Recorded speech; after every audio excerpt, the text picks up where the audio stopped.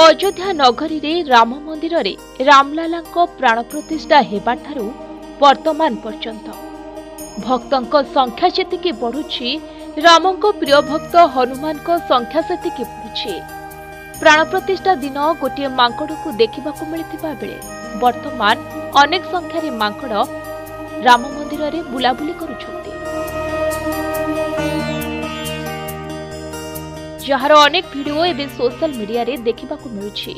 आ सबुठारु बड़ कथा हेउछि सही मांकड़ माने भक्तंकर कौनसी क्षति मध्य करुनाहांती। प्रतिदिन सकाळु राम को दर्शन करिबा परे भोग दिया जाइथिबा कदली नड़िया खाई पुणी थरे फेरी जाउछन्ति सेमाने। आ पूजा पाठ करा जाउथिबा स्थान रे घंटा घंटा बसी रही पूजा पाठ देखुथिबा कथा मध्य एबे बेस चर्चा हेउछि।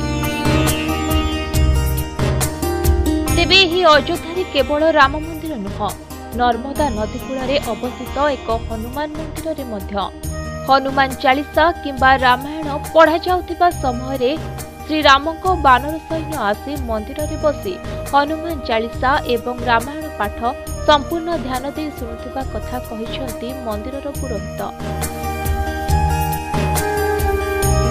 रिपोर्ट प्रतिदिन टीवी।